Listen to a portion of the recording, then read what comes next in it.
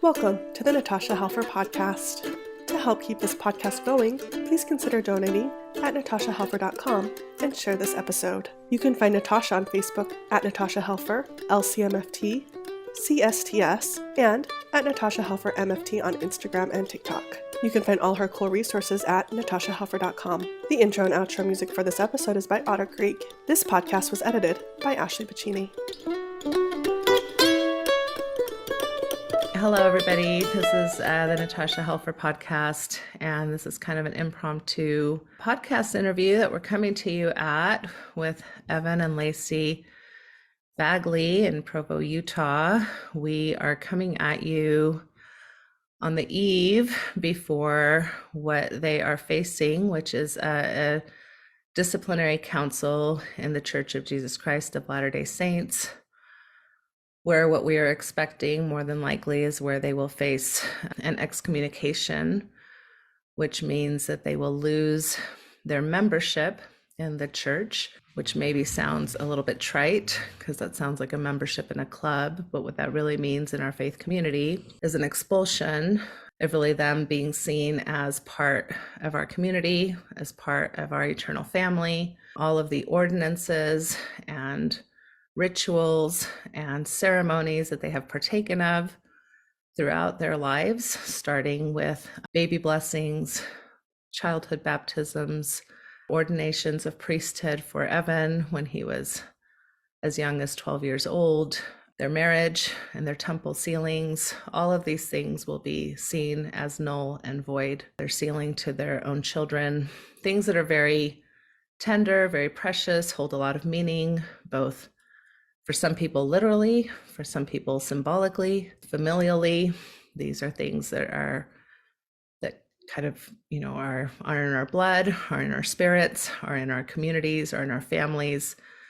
So it is a very kind of shocking and tender time for them. It's my understanding you did not receive much notice. And so I'm wanting to offer you this platform to be able to just kind of be able to process and be able to breathe through a little bit of what you're going through. I will just say briefly that Lacey is not just Lacey. Lacey's Dr. Lacey Bagley. She received a Ph.D. at Brigham Young University in marriage and family therapy. We have the same professional path, but tonight we come to you as sisters in Zion. We're not really going to take a clinical approach to this.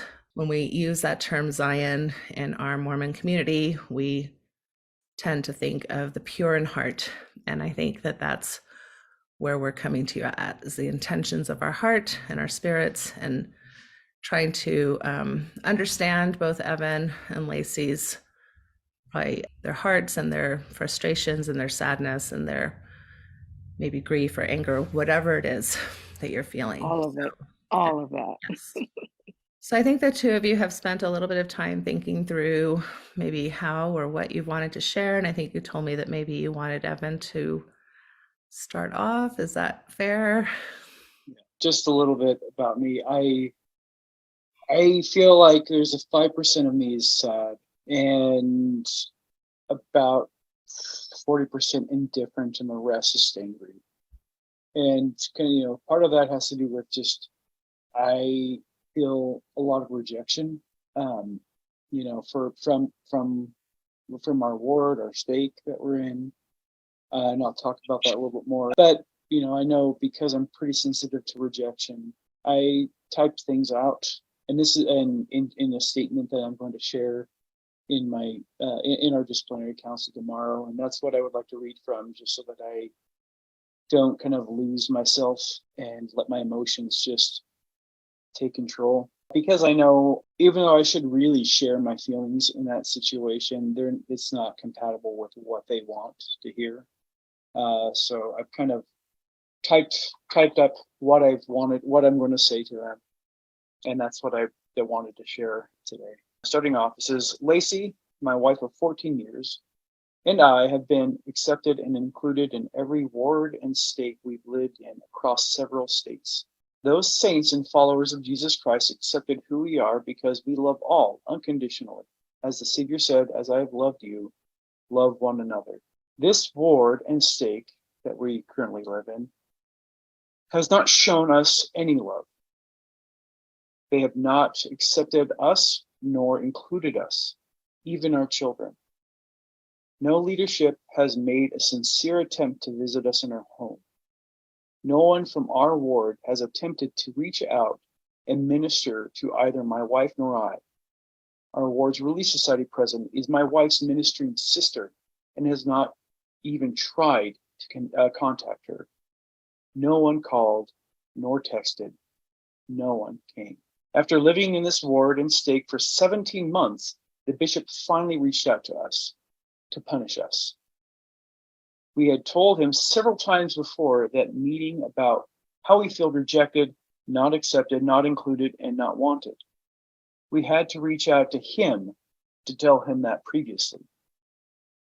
We even discussed our feelings and situation with a member of the stake presidency during the stake portion of our temple recommend interviews last November.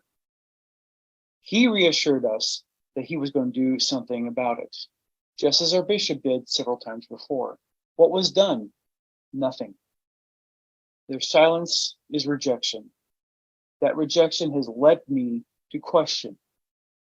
If they had the keys of the priesthood and the Spirit with them, they should have known and sought us, the one. They ignored the one and stayed with the 99. Someone outside of our ward and stake reached out to them, the stake presidency. That individual or group of individuals heard my wife's story that she shared. They heard the hurt and rejection that she has and is experiencing and that we were experiencing. They ignored that. They ignored the pleadings of a soul in need of help and love. They only paid attention to the opinions and ideas that we hold that they don't agree with. They searched out to find out what ward and stake we are assigned to and found our stake presidency.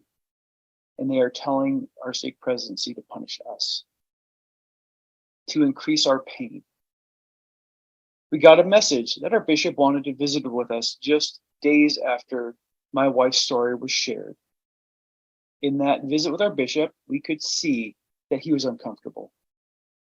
It felt as if he was being coerced into bringing us in. This was the first time that he had reached out to us in over a year. During that visit, no specifics were mentioned, no actual sin was confessed. He was convinced that our membership was going to be terminated. 4 weeks later, our stake clerk reached out to us, inviting us to meet with the stake presidency. No mention of what the nature of that meeting was. It wasn't until the evening of this past Friday, so yesterday, a mere 40 hours before our meeting, that we were informed that we were walking into a disciplinary council. We were being accused of committing specific sins that were never discussed with our bishop or anybody else. There has been a lot of assumptions made on their side without any actual accusation of any sin. There was no confession or evidence of sin. In addition, our temple recommends were deactivated without being accused of any sin or being informed that they were going to be removed. All the actions of our ward and stake and inactions is not compatible with the gospel of Jesus Christ. This isn't how the Savior would behave. And this has made me question our ward and stake leadership and even the church.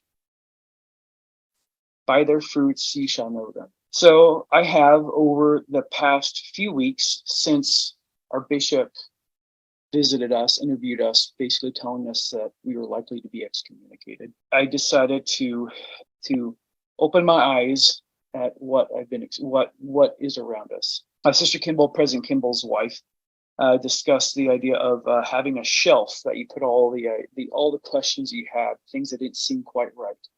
And so I visited that shelf and I've gone through all the pieces. A little background about me is I'm a geologist. So I've studied rocks, I studied the earth. And some of the core beliefs I have as a geologist is that Earth is 4.54 billion years old and that evolution is how life developed on this planet. So there's a lot there that I've questioned in those areas, along with several other things in the church. And as I've opened my eyes, I've become willing to listen to all ideas and judge those ideas. I searched, pondered, and prayed with a sincere heart, with real intent, in having faith in Christ. And that has led me to conclude that there is truth in the Church of Jesus Christ of Latter-day Saints, but it is by no means his one and only true church. And basically my conclusion to my statement is to our stake presidency or whoever we speak to, do with that as you may, or as you have been coerced to do. But I, my wife, and my children do not want to be a part of an organization that is hidden the truth, feeds us untruths, and actively harms the children of God, not for what they do, but who they are. So that's kind of my statement that I've kind of thought through with a clear head without being overtaken by emotions to share with our stake presidency or council, whatever that may be tomorrow at our council. Yeah, so because it feels like you want to be able to have kind of your wits about you and to be able to state some very clear thoughts and share your experiences of what you have experienced, in particular in this ward. Which, are you comfortable sharing what ward and stake you currently live in? Yeah, we're in the Slate Canyon 4th Ward of the Provo, Utah State. Okay. And this has not been your experience in other wards and stakes that you have lived in throughout your marriage or even your growing up years?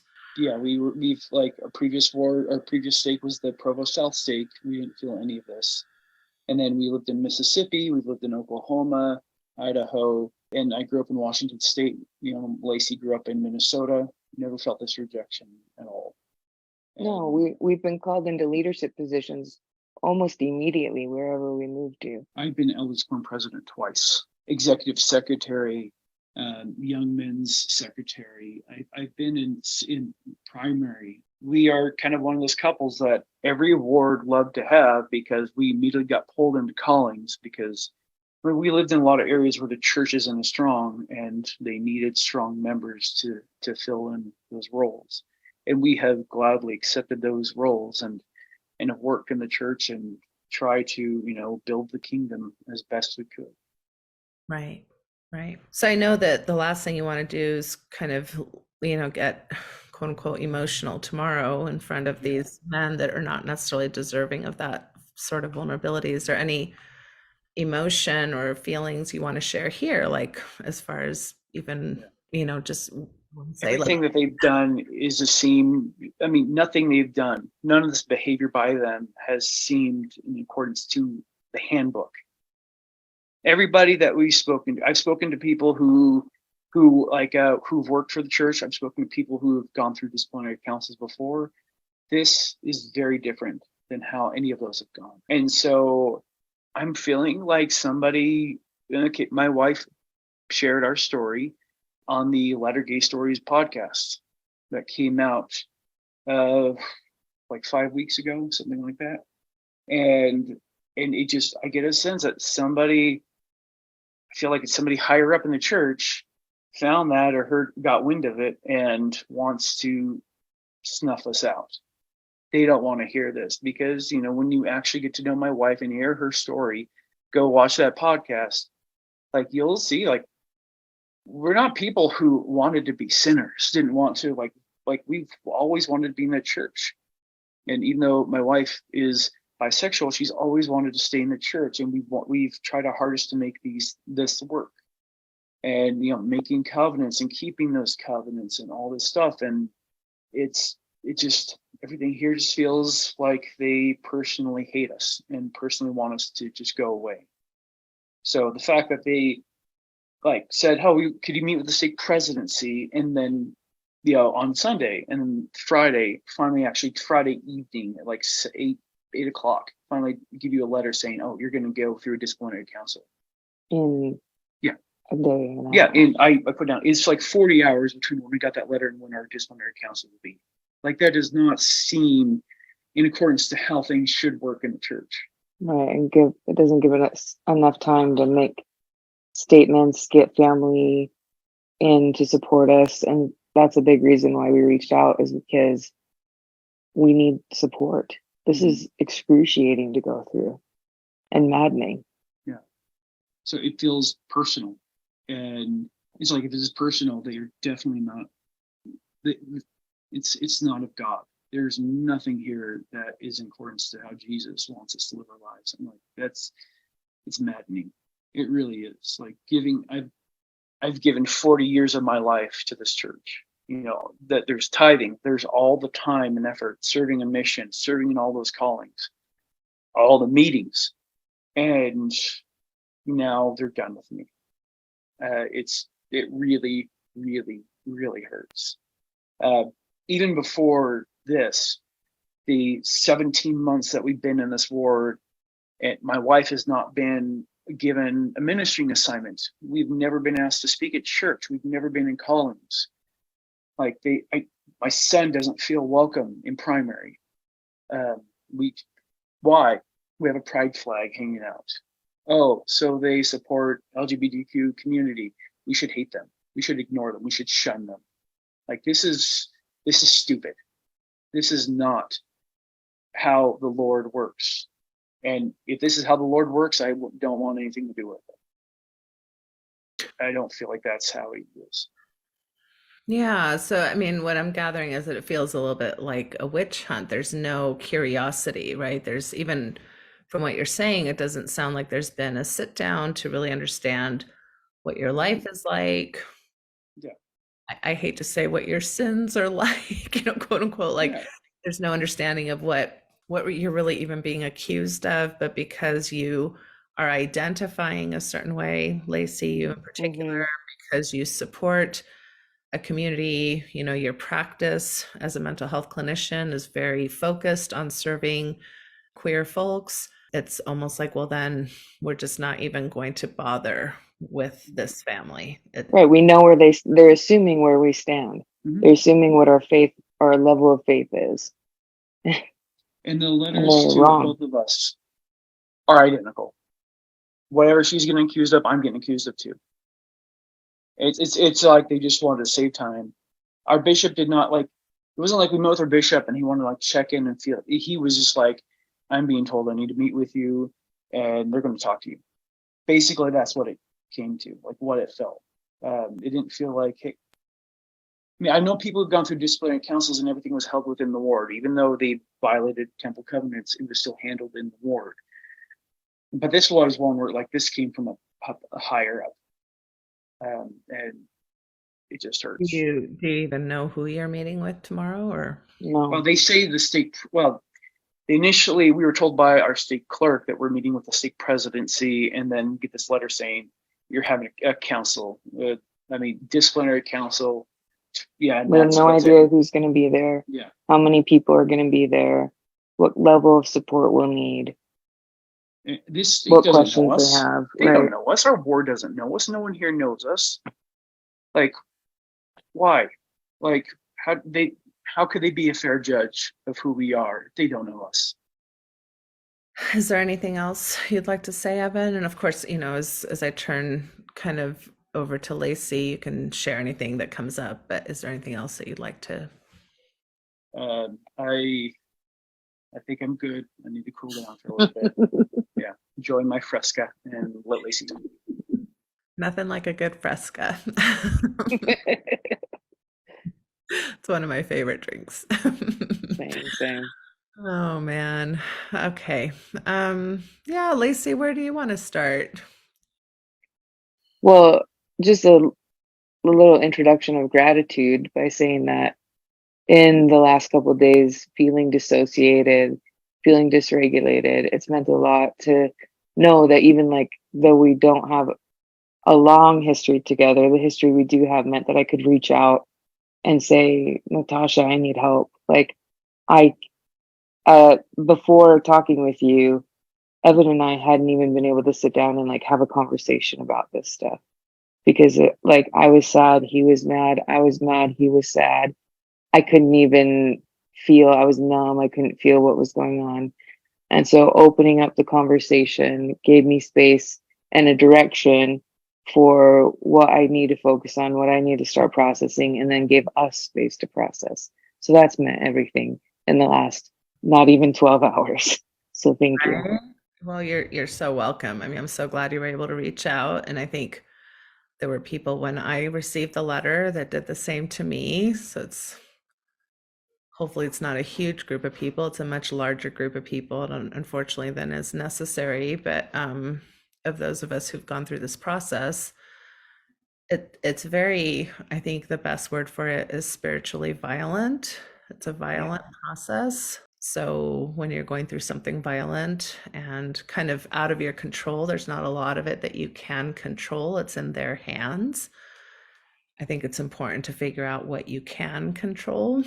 And I think that's a lot of the conversation we tried to have today. But yeah, they gave you such shorter notice than even I had. And I thought I had really short notice, right? So I'm really sorry that, I mean, 40 hours just seems shocking that you'd have to gather your thoughts and witnesses and letters and ideas and just your own well-being Yes. to be able Also to eat and drink and take care of ourselves, let alone take care of our own children, right? and It's very overwhelming.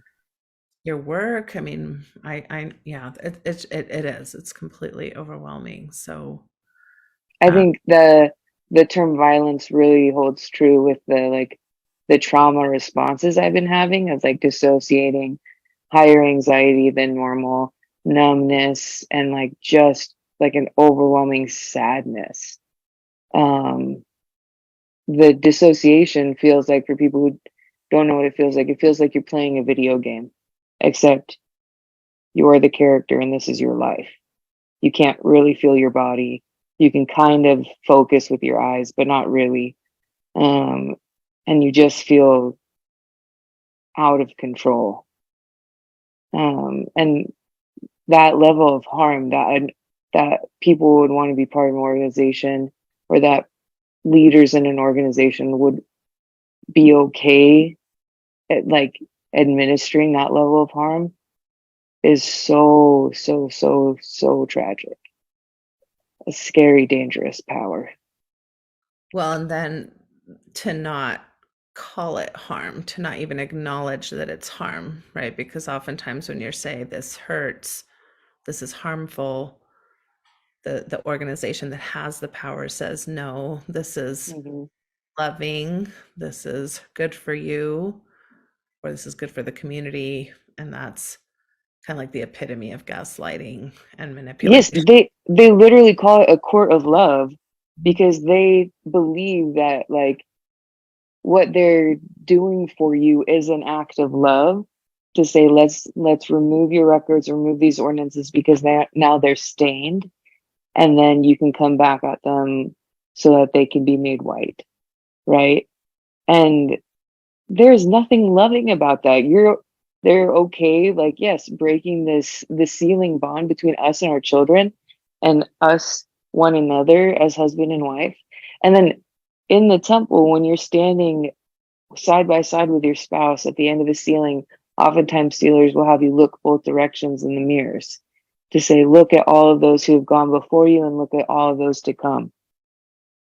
How harmful is that for us then, to know that like we break that seal, we break that chain for us of generations and generations of Mormons? Like, no, this isn't kind, this isn't loving, it is harmful, and Do it you hurts. do you both come from backgrounds of kind of Mormon generations as far as Oh yeah, pioneer heritage for sure. And both our mothers are converts to the church, but my family, like they came across the plains not in like the 1840s or 50s, but like a little bit later. But they came and settled here in Utah, so my family's been in the church for generations. Yeah, and for those who have been to Nauvoo and visited the Webb blacksmith shop, that's my family. I'm part of the Webb family. Mm. Like, I go there and Like, that is my family. That's my family heritage and history. And now what do we do with that? Yeah. Yeah. So what I don't want to do, because this was stuff that was kind of like so overwhelming for me, is, try to answer other people's questions. Like, well, why would you want to stay? Or, well, Hmm.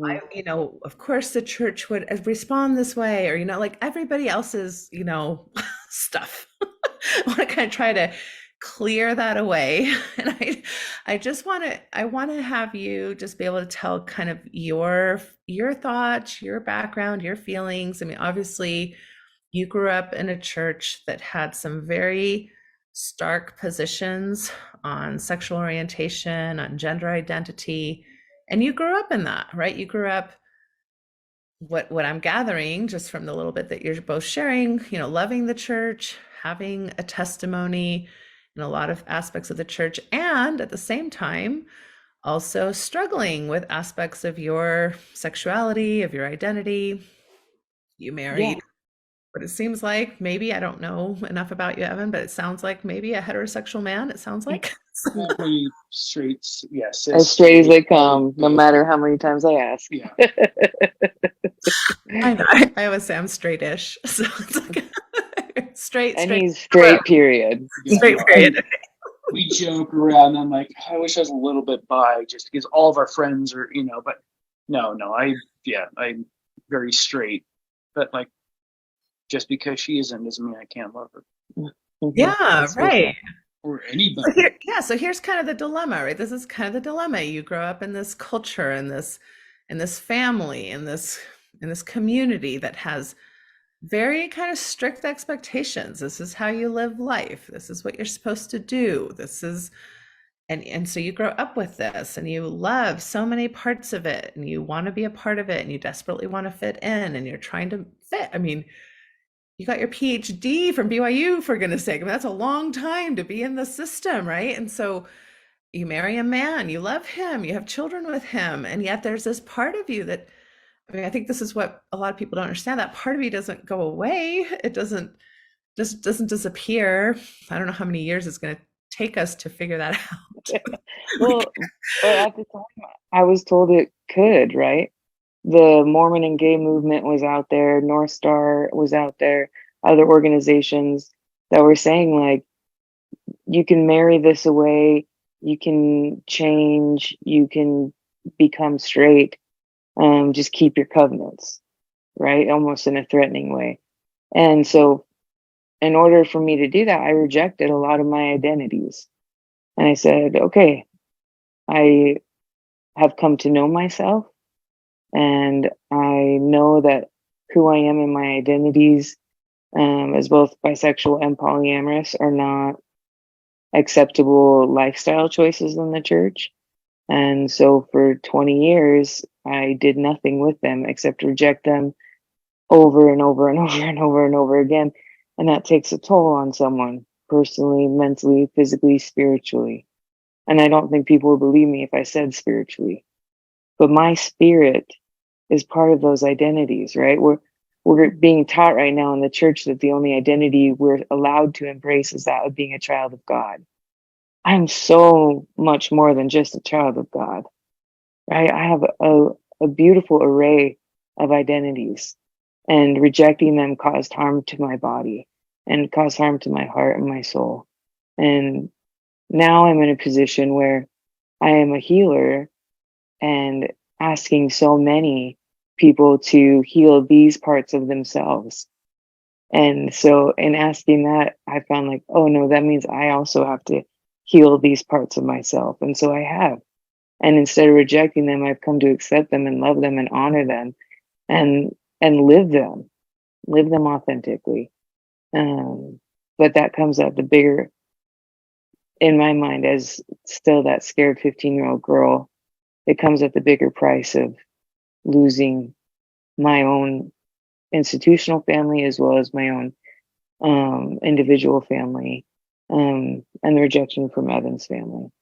And in all of that too, there's, like, as you come to, because I saw Evan nodding his head and agreeing with you and all that, that takes a lot of like growth and understanding from the mixed orientation partner to accept and understand. A lot of times I think we don't honor or celebrate the partner in a mixed orientation marriage who is joining and understanding and empathy.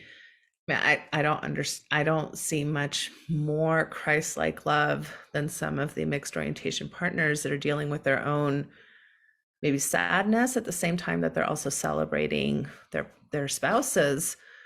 And it sounds like the two of you have leaned into creativity, honoring your commitment, your loyalty to each other, while also maybe, yeah, figuring out some maybe behavioral shifts that don't align with the standards, right? And if it's all about the standards, right? And if you don't follow certain standards, then somehow you're not following the gospel of Jesus Christ. Yet all of this crappy stuff you just told me about, somehow that is following the gospel of Jesus Christ, right? Like, It doesn't make sense. There hypocrisies. 95, right, 95% of the covenants, I took a moment to look at some of the covenants I make, or that all members of the church make. And like, I could go through line by line the baptismal covenants and temple ordinances, and like 99% of them I keep, and I will continue to keep the rest of my life. And so why are we looking at that 1% instead of honoring and celebrating the 99%, so that we can then honor and celebrate the marriage and relationship and keep this family in connection with their lineage moving forward, right? And this is a little bit of the sassy side of me that I'm not going to just yell tomorrow. But like the covenants that she made in the temple, she didn't make with the Lord. She made them with me. And none of her actions in my heart violates any of those temple covenants. Mm-hmm. Right. That's exactly right. Your relationship is honest. You're following these principles, right? Of honesty, transparency, commitment, loyalty. And the other thing that's just kind of interesting too is that if we excommunicated all members who break the covenant of the law of chastity, we would not have a lot of members of the church. No, we'd walk into a council tomorrow that's empty. Right? So this is why it's so like it's just rageful for me at this point when we pick a certain minority of the population who is already, to your point, I think Evan, you shared this, with already pain, stressed and in pain, and then we're going to be on them even more than we do the people with privilege. It's very, very maddening. Yeah, I can feel, even as you share that, like I can feel my teeth clenching, right? And that like really gritting down, because like it is just so heart-wrenching and like painful and scary, and like my whole body just like gets tense as you talk about that, because I've lived that way. I've walked around like that since I was a teenager, just like on edge, scared that any moment they could pull the rug out from under my feet just for existing congruently as I am, right? As the child of God that I am. I'm not good enough to meet the standards of their church. And so, and I knew that if they judged me, they would judge me harshly, and they would strip me of all my like privileges of being a member of the church. And so I actively worked against being authentic, and it got me the things on their checklist: husband, kids, here we go, right? Degrees from BYU. It got me all those things, but it left me with a lot of harm and damage, and a lot of that like gritting my teeth and being on edge, and always kind of being hyper vigilant to pay attention to what's happening around me and what I'm saying and how people are responding. That's how queer people in the church experience day-to-day life. And so then it's no surprise when we have anxiety and panic attacks regularly, right? Our system is flooded and is just like a raw wire that could just zap at any moment. And I think part of me did zap, and I lived with then the effects of that over years. And now I'm starting to heal those. Evan spoke to this kind of idea of rejection, right? Of being rejected by your ward, nobody coming around, silence, kind of the opposite of ministering, anti-ministering, that you Truly. both experienced. Can you speak to that as far as what words would you put to that, especially as you face tomorrow, Lacey?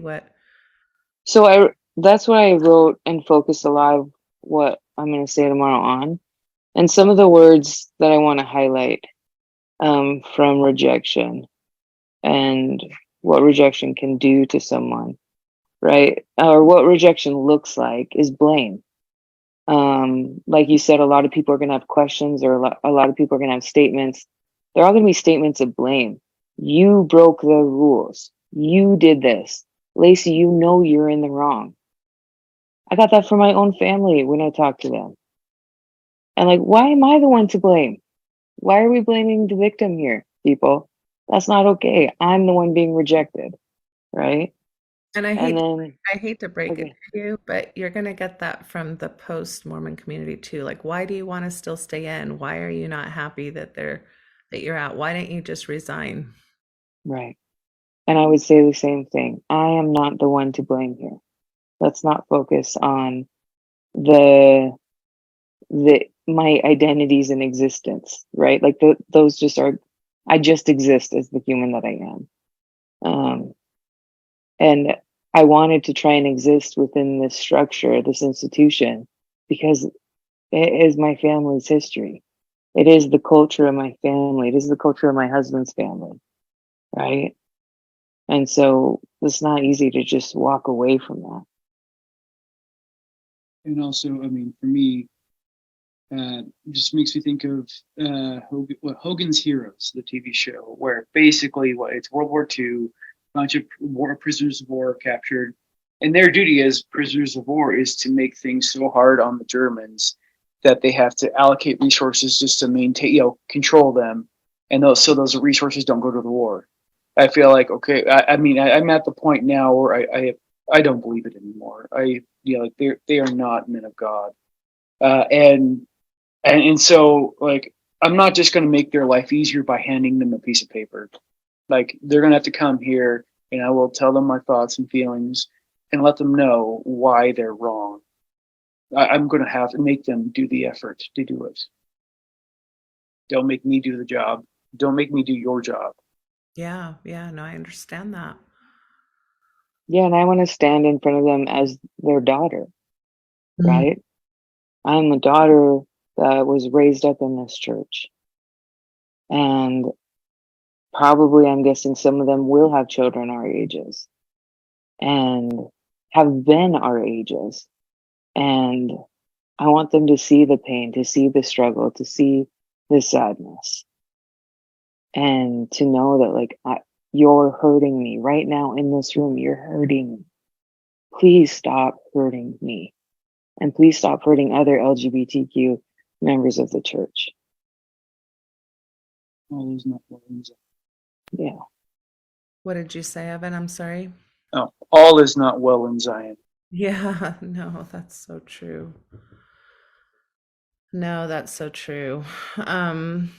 Yeah, there's deep rejection, deep rejection here. And we talked about this a little bit this afternoon, Lacey, right? Is that this is the story that kind of culminates with this ritual. This is a ritual of expulsion.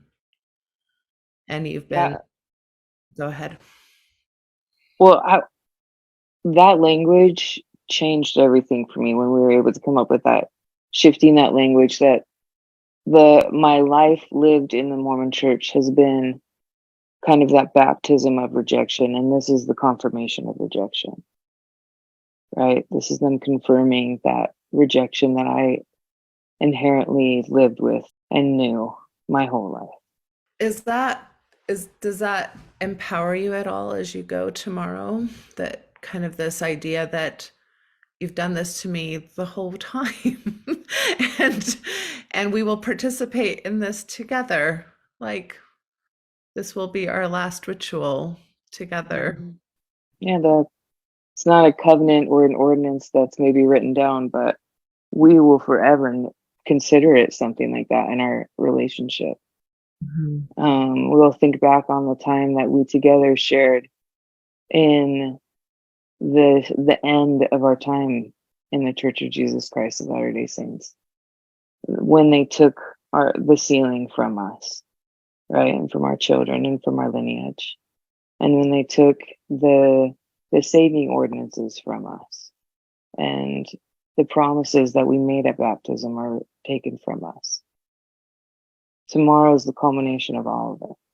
Do you want to talk at all about the language in the letter, the charges brought against you? I mean, these things sound so like medieval in some ways, right? Like things that you read in like a history book sometimes, right? Yeah, we'll have Evan go get it, because it was shocking.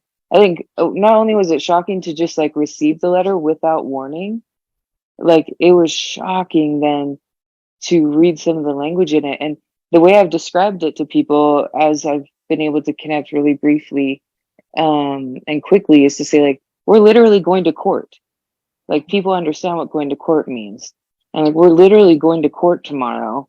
And the charges brought against us are that of apostasy and adultery.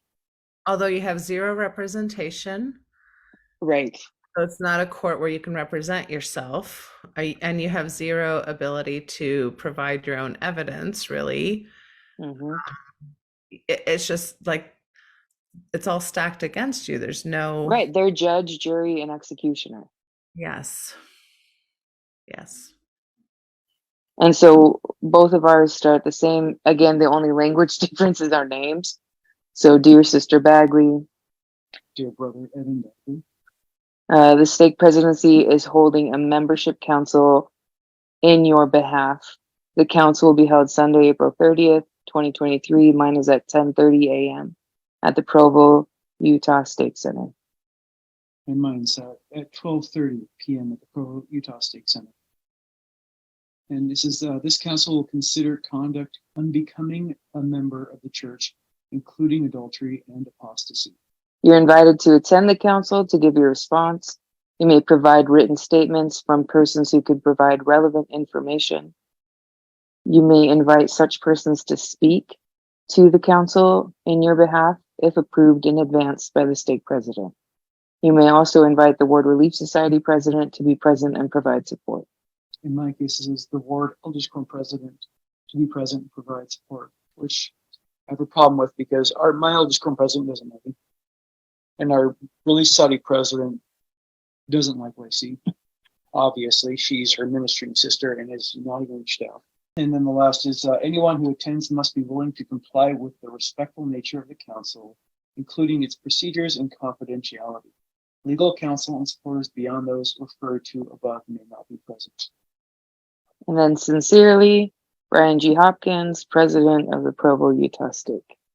And apparently, like, rereading this again with you, is we would have to get any speakers approved in advance by the stake president.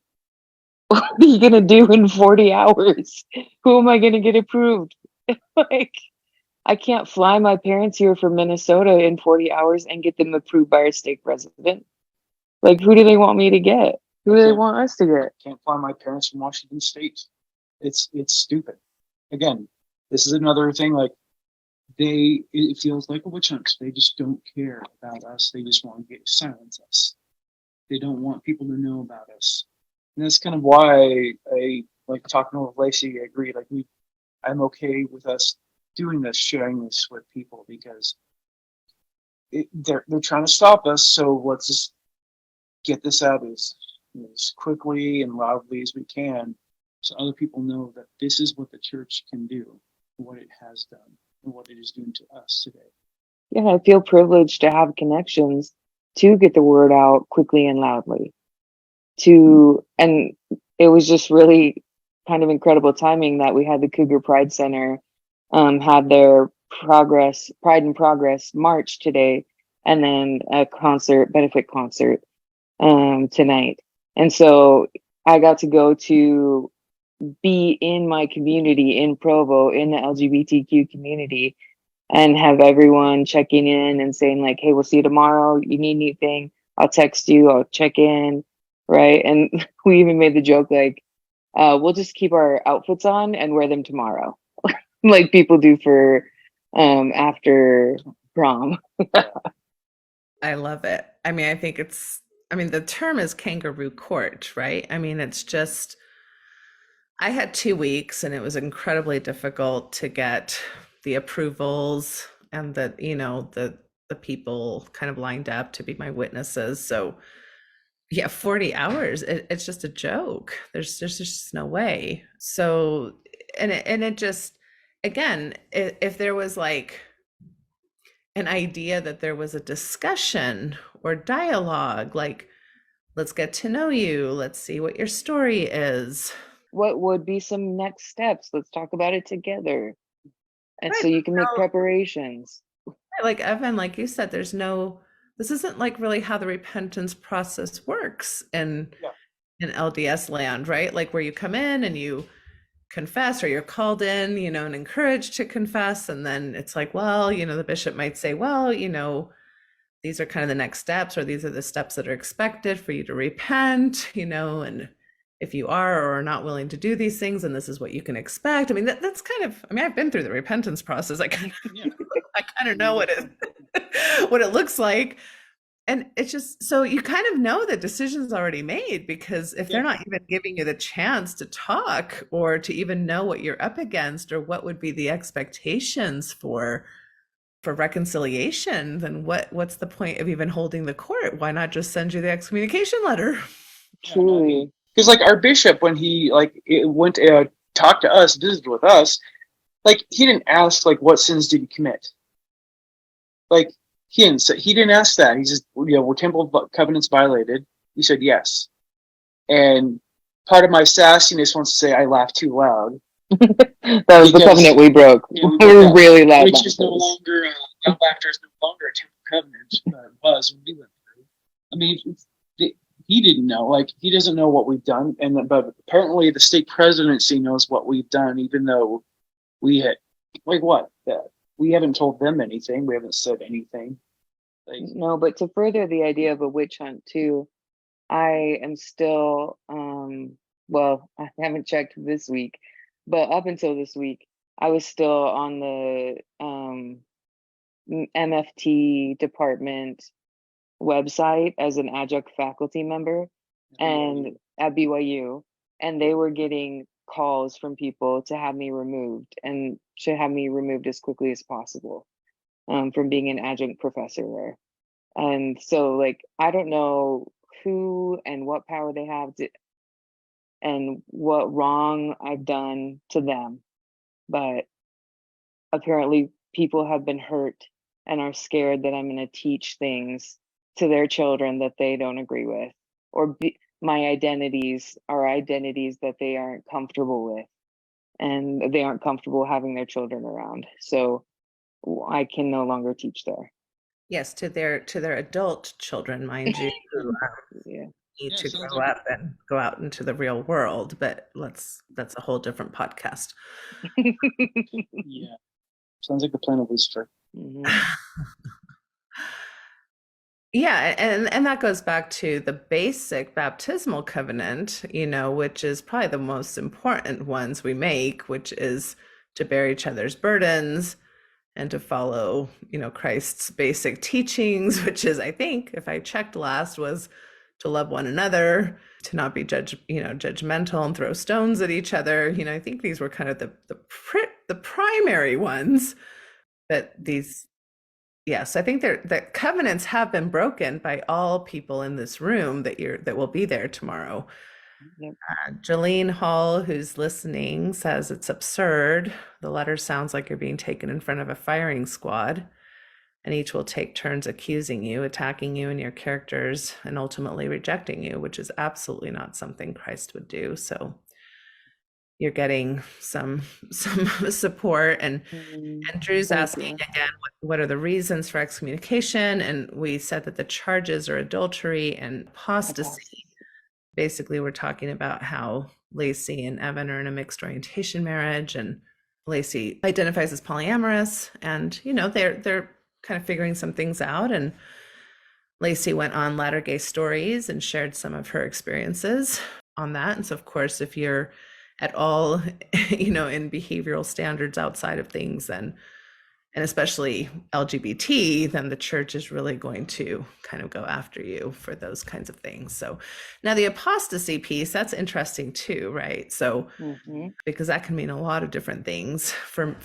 This is where I tried to get some kind of clarity. That's what I was charged with, was apostasy. It came down to, well, you talk, or I forget what it was exactly what I was doing, but it was against church doctrine and church leaders. So that was, so that's very open to interpretation as well. Right. Who among us has not had a leader that we went, oof, I don't know how they're in this calling. I don't know how well they're going to do, or I don't support them in this calling even. Yeah. Plenty of people throughout the years that we've been members have said that, or have shared kind of their nuanced experiences with the gospel and have even shared those publicly, with their nuanced doctrinal ideas. And they're not getting excommunicated. Yeah. Well, and even, Evan, you were starting off by talking about being a geologist and your thoughts about evolution. One of my best biology professors at BYU talked all about evolution. I mean, I thought as a child of converts, I thought Mormons believed in evolution. Yeah. I didn't. Well, I even taught at BYU Idaho for 4 semesters before grad school. I taught evolution, and I taught the age of the earth, and I actually had to give a preamble before those discussions about how, this is the church's official stance on the age of the earth and evolution, right now, because if you ever looked at it, it has changed. So it's just frustrating. It's well, this is against the teachings of the church, according to what time period? What time period? Which teachings? This is against the gospel. Which interpretation of the gospel? Yeah. It's when you have this very binary black and white thinking approach, which is typically the approach that wins in institutionalized organizations, then you kind of come into these issues. But the reality is not so black and white. And but I'm curious what the topics are that they want. Are they going to bring up LGBTQ issues? Are they going to bring up transgender issues specifically? I have high levels of training in those areas and know the research inside and out, for how to work with people who are transgender and LGBTQ in all its forms. So if they have questions, I'd be happy to answer those questions. I don't know. Do they have some questions I can answer? I could help maybe fill in some pieces that are missing, and then maybe they can take those up with the top 15. Yes. Are they going to educate me about it? Okay. Right. Well, and you've been to, conferences with me at the Mormon Mental Health Association where we've addressed some of these issues. We've made it very clear that we are more than happy to offer free trainings to anybody in leadership of the LDS Church and on any of these issues, including the top 15. So we'd be more than happy. I'm pretty sure that's not what they're going to be interested in tomorrow. So maybe let's shift into that. What are you hoping for tomorrow? What's kind of what's your plan in the sense of I'm guessing it's going to be, if they give you anywhere from 20 minutes to an hour, I'm guessing that's probably their idea of what time limit they're going to give you. I guess there's a 2-hour difference between the two of your meetings. Yeah. So maybe it's a 2-hour idea. I know they'll probably have some time to deliberate between the two of you. So, and by the way, this is the time amount you get for the worth of your salvation. Right. Yep. For the last 35 years, 40 years you've 40 given. for me, yeah. Yeah. I think the bulk of what I want to talk about, this was what was so helpful in talking with you this morning, was what goals do I have? When it comes to membership, like, that's on them. They have made their decision. So I'm not here to like fight for my membership or to like burn it down. Burn down the institution. Although we could talk about that another time. But I want to focus on stopping the harm. Like, this harm has got to stop, because the model that this church is doing is being mimicked by families throughout the institution, and it's not okay. This model of harm, of saying as soon as your child comes out to them as having any marginalized identity outside of what's acceptable by the church, you kick them out, you blame them, you exclude them, you don't minister to them anymore, or you minister to them in ways that are harmful. Like, that's the model that's being shown by the leadership of the church. And so then when people are asked to like be disciplinaries in their own home, this is the model that they're following, and it's causing tremendous amounts of harm and heartbreak. And these are children, right? We're talking about LGBTQ children and youth, and even adult children who are all of a sudden then immediately disowned by their families and rejected by them. That's not okay. Right, which is this idea that, because this is where the church, we critique the church's kind of current stances, and the church says, oh, no, we're loving. We tell people that we love our gay members, that we love our LGBTQ members. We're not unloving. And yet you're exactly right that it's the modeling. It's the modeling. How are we loving? Does this feel loving to you, Lacey? Are you feeling love right now? No, I'm not feeling love. Are you telling me that you're dissociating and having anxiety and feeling numb and like your life is a video game because you are feeling just this flow of love? Overwhelming amount of love. So overwhelming to my system, I can't even contain it, apparently. Mm-hmm. No, right? And I have, thankfully, I'm an adult, I have a support system, I have great medication and resources for mental health care, so that when my suicidality increases over the next several months because of this amount of rejection, that I have people I can turn to and say, hey, I can't drive myself to work today. Can you drive me to work? Hey, I don't know if I can trust myself with my medication. Can you hang on to that and distribute it to me? Right? I have those skills and tools to be able to do that. Their children don't have those skills and tools. And so this behavior is being modeled to these families who then have children who are acting out the harm that they feel, and parents being confused by that. Like, why are they cutting themselves? Why are they dying by suicide? Why are they wanting to hurt themselves? Because they are hurting people, right? Do you see that your children are hurting? You yourselves are hurting because you're not being accepted and you're being willfully rejected. So that's the focus of my messaging.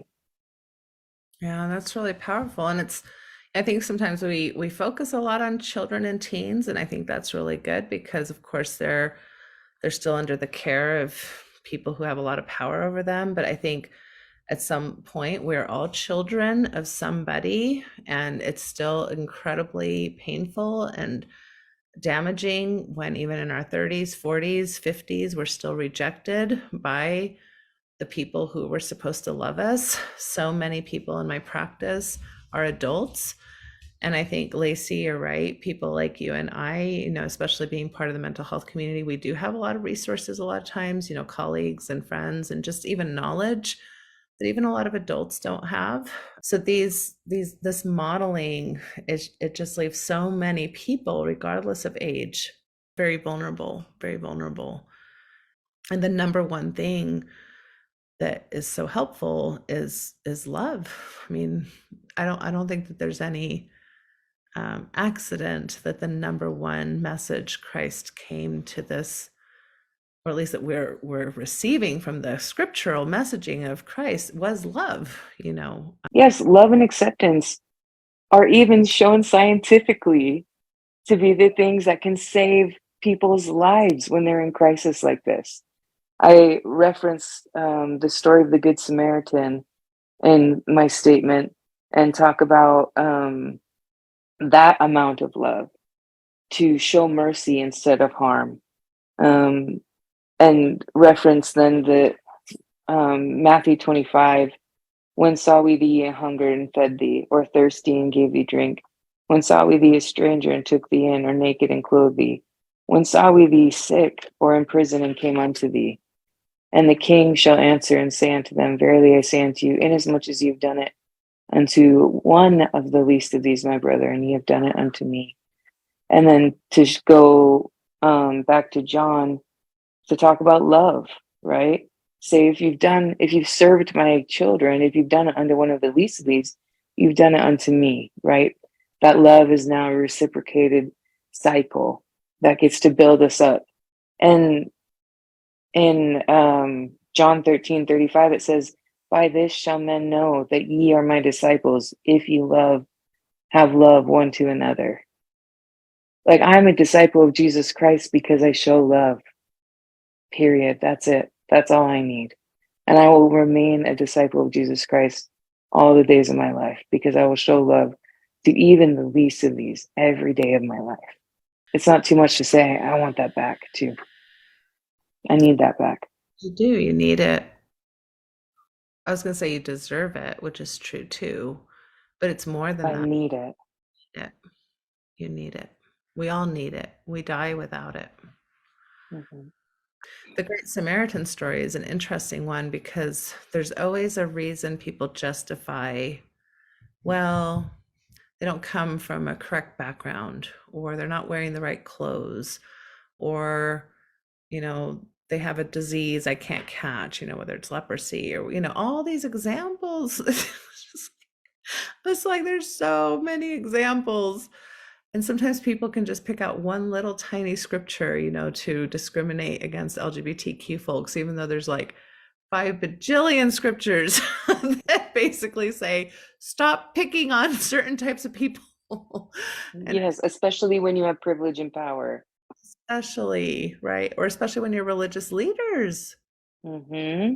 That's what's really interesting is that, who is Christ talking to most of the time? Religious leaders who were abusing power and judging people. So Jalen says another comment, which I'd really love to share because it sounds like she's a mama dragon. When you were talking about harm, she says, exactly, the harm needs to stop. I have an LGBTQ plus son who some family has said to me about him, quote, as long as he doesn't live that lifestyle and keeps his covenants, this is exactly what you're dealing with. They don't realize how harmful that is. And then they wonder why he doesn't feel comfortable going to church. Yeah. Right. Who would ever feel comfortable being in an environment where people said, like, no, we're okay with the gay thing. Just don't bring your boyfriend or don't act on it. Because if you do, then we shun you. I have a friend, like one of the closest friends I've ever had. And he's gay, and he really wants to be in church. But there's no place for him. There's no place for him to be there and his family and his partner, like his spouse, because the church doesn't want him there. And I can't be a part of that anymore. Yeah. Yeah, and I think that's what a lot of people kind of get to that point, right? I think this is where people are. It's just some people are like, I can't associate anymore with, a church or an organization that's going to be so bigoted or discriminatory. I think there's other people, Lacey, like you were sharing. It's like, well, it's still my people. It's still my family. I have a right to be here. I have a right to my heritage. I have a right to my community. You don't get to kick me out, right? And then there's a lot of people who are still in the throes of figuring themselves out, which is why so many of us still care, because we're like, you're harming these people who still are not even developed enough to, and they need our support and help. I mean, there's just a wide spectrum, right, of people who are kind of all over, and I think everybody has a right to all of those feelings and a right to figure it out for themselves, which is why whether you want to stay or go, it should be on your terms. It should be on your terms, on your journey, not somebody prematurely saying, no, you don't have a right to your own home base, your own faith. Right. Right. And if we instead showed love to all of those people, all those categories you mentioned, how strong and beautiful would this church be? Right? It would be so beautiful to say, like, come in wherever you're at, share experiences about where you're at, and the trials and struggles you've had and challenges you've faced along the way. That is one of the things I love so much about our Provo South stake is in the Relief Society lessons, someone would kind of throw out one of the discussion questions from the manual, and inevitably one of our sweet new young married sisters would raise her hand and give the rote response, and then 50 hands would fly up of the sisters who were in their 30s, 40s, and 50s and 60s and say, dear sweet sister, we love you so much. We're so glad you're here. Many of us have had really hard life experiences. And so here's another perspective on how we want to take that discussion question. And they were a little more real about it. And that was empowering, because then I felt like my story was worthwhile and that I could share it there with them as well. Yeah, exactly. Rachel Levitt is making some comments that I feel is like Jesus throwing tables in the temple. She's saying the doctrine of the LDS Church around LGBTQ people is disgusting and evil. It encourages suicide. It's gross and wrong. There's nothing wrong with being gay. So amen to that. Amen. Julian says, I'm a mama dragon to 2 beautiful dragons, and there is no love and support for them at church. And I believe because of church culture, there's also a lack of that love and support from extended family as well, which is what you were getting at, that role modeling. It's heartbreaking. So I will always be their love and support and advocate, and I will do the same for others. Love and compassion and understanding is what there needs to be more of.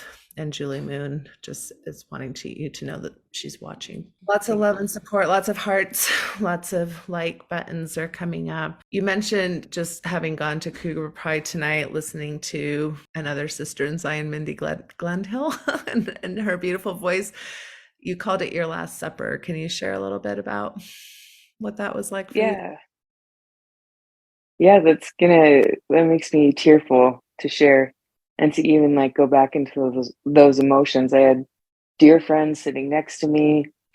I had all around me on the lawn, on this lush, beautiful green park lawn. There were blankets, colorful blankets, families and loved ones and friends snuggled up together because it was a little bit cool outside. The mountains were lit up with the sunset, and the stage was lit up with rainbow, and Mindy's beautiful voice talking about love and acceptance and in such a playful, raw, beautiful way. And I just like laid back in the chair and just looked up at the stars that were just starting to peek out of the sky and the moon, and just like feel the warmth of the love that was all around me. And it just really felt like this is how, if I were to spend like my last night on earth, this is how it would be. It would be a moment like this. And so if this is like the pinnacle moment right before I head into this court of love, or this council, like I will pull from the strength of the Lacey that was sitting there and have her come and sit with me and say, like, we have had these robustly full and filling experiences, surrounded by authenticity and love. Please remember that. Remember that that's in you too, and that you were part of that. And I know tomorrow I'm going to feel alone and scared, And so I'm going to need a lot of that support and a lot of that memory with me. Yeah, I love that. I love that. And I'm so glad that you'll have that kind of just hopefully pulsating still in your energy and in your body. All of that, I hope you are, because it is isolating and scary to think about going in there by yourself. That, I think that's purposeful, is to isolate you in that experience. Anything else you want to share, either one of you, as we kind of close up? Anything else that's coming up? Anything that's percolating? This was the gist of it. I want people to see a loving couple that's grown in big ways, that's accepted each other wholly, and have given each other so much kindness and love and thoughtfulness through all of this. And to see that we're united, that our love is unconditional, and that we're going to continue that forward. We may not continue as members of the church moving forward, but the legacy of unconditional love we will give to our children, who can then give that to their children. And that's a legacy that I want to be part of. That's a beautiful legacy. That's a legacy worth passing forward. Lara Arnold says, sending you both so much love, Lacey. You have always been a strong, magnetic person, and the church is losing an amazing individual with great talents. If this church actually showed love to everyone, then just imagine how much healthier the mental state would be of the youth and other members. I had gone through the repentance process and then found out after I was considered forgiven, quote unquote, that my bishop and stake president had told the group I was with abroad to watch out for me because I might sin and stray. That was a huge shelf crack for me. Elizabeth Thompson says, I'm an LCPC, sending you my support. Clarissa Macy, I love you, Lacey. Therapist, bestie for life. I'm excited to see you on the other side.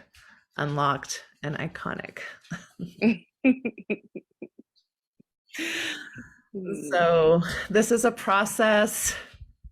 This is, I think, the beginning of a journey for both of you. I have worked with so many mixed orientation couples who have gone through, I think, a journey of really not having been allowed identity development.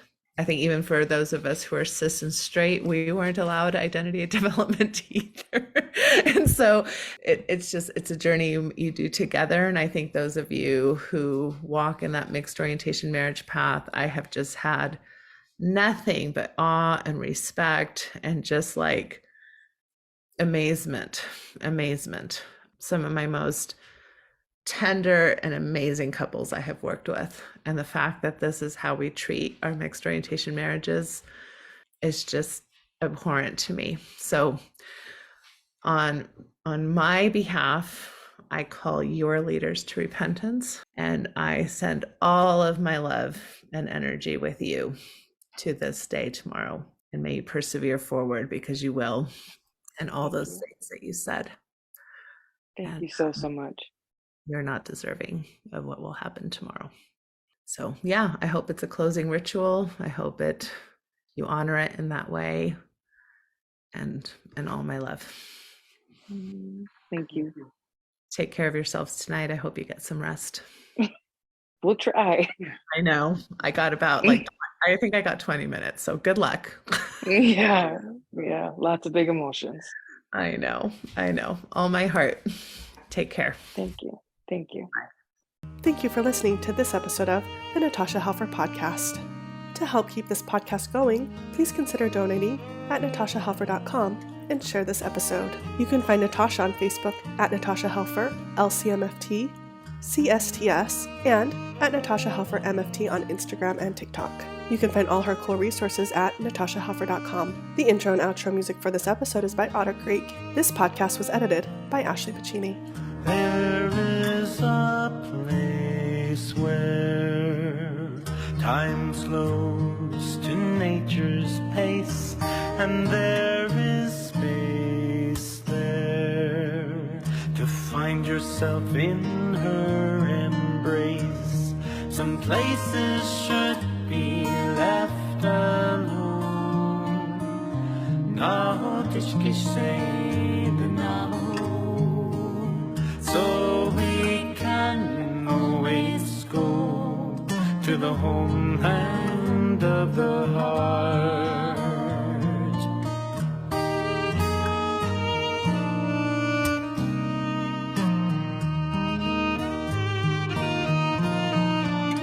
10,000 years of our human history etched on her canyon walls, alongside Earth's mysteries.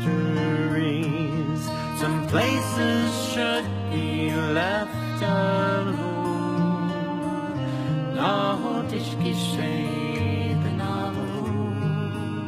So we can always go to the homeland of the heart, to the homeland of the heart.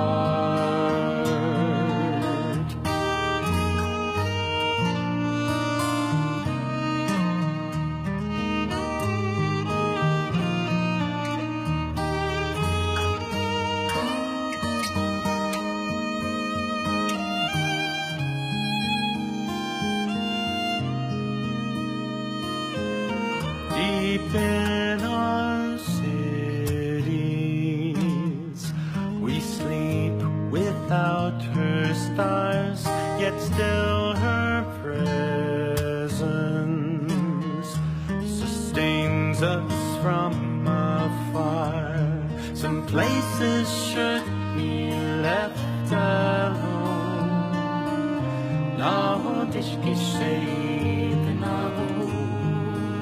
So we can always go to the homeland of the heart, to the homeland of the heart, to the homeland